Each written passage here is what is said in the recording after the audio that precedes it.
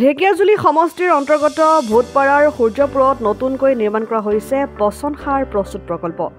ঢেকিয়াজুলি সমষ্টিৰ ভূতপাৰাৰ সূৰ্যপুৰত নতুনকৈ নিৰ্মাণ কৰা পচন সাৰ প্ৰকল্পৰ শুভ উদ্বোধন কৰা হয়।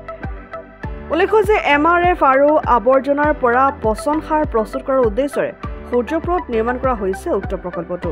পচন সাৰ প্ৰস্তুতৰ বাবে নিৰ্মাণ কৰা প্ৰকল্পৰ শুভ উদ্বোধন কৰে অসম চৰকাৰৰ কেবিনেট মন্ত্ৰী অশোক সিংহলে।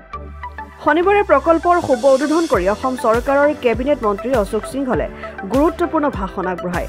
উক্ত উদ্বোধনী অনুষ্ঠানত শোণিতপুৰ জিলাৰ আয়ুক্ত অংকুৰ ভৰালী, শোণিতপুৰ জিলা বন বিষয়া, ঢেকিয়াজুলি সমজিলাৰ আয়ুক্ত দ্যুতিভা বৰাৰ লগতে ঢেকিয়াজুলি পৌৰসভাৰ পৌৰপতি সুস্মিতা দাস, উপ পৌৰপতি তুলিকা শইকীয়াৰ উপৰি স্থানীয় ৰাইজ উপস্থিত থাকে।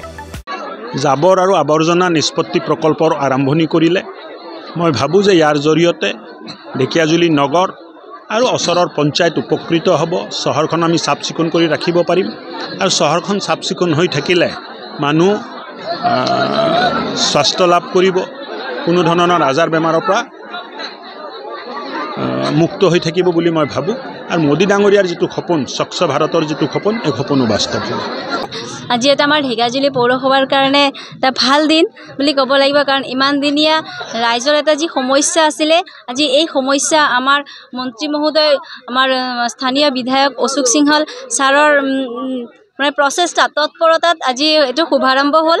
আৰু ইয়াৰ দ্বাৰা মানুহৰ ৰোগ বা বেমাৰ আদিৰ পৰাও হাত সাৰিব পাৰি বুলি আমাৰ ছাৰেও কৈছে।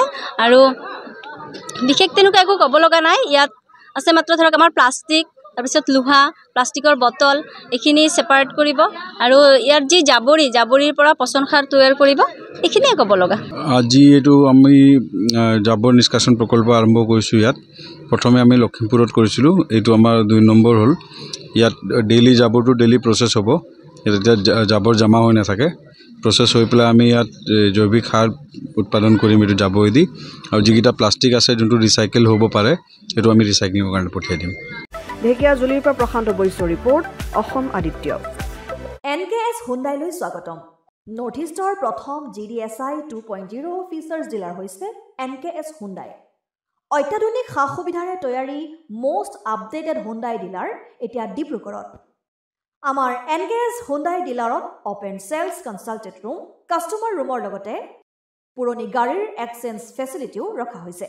ইয়াত চেলছৰ লগতে ছাৰ্ভিচ ছেক্টৰৰ সুন্দৰ সুবিধা আছে। প্ৰয়োজনীয় সকলো এডভান্স টুলছ, হুইল বেলেঞ্চিং, এলাইনমেণ্টৰ অত্যাধুনিক machine, post hydraulic lift, fully trained man পাৱাৰৰ লগতে nitrogen gas filling facility, fully automatic car washer ফেচিলিটিও আছে।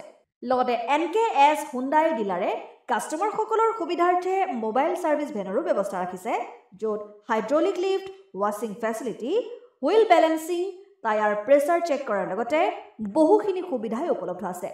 NKS হুণ্ডাইলৈ আহক আৰু সুবিধাসমূহ গ্ৰহণ কৰক।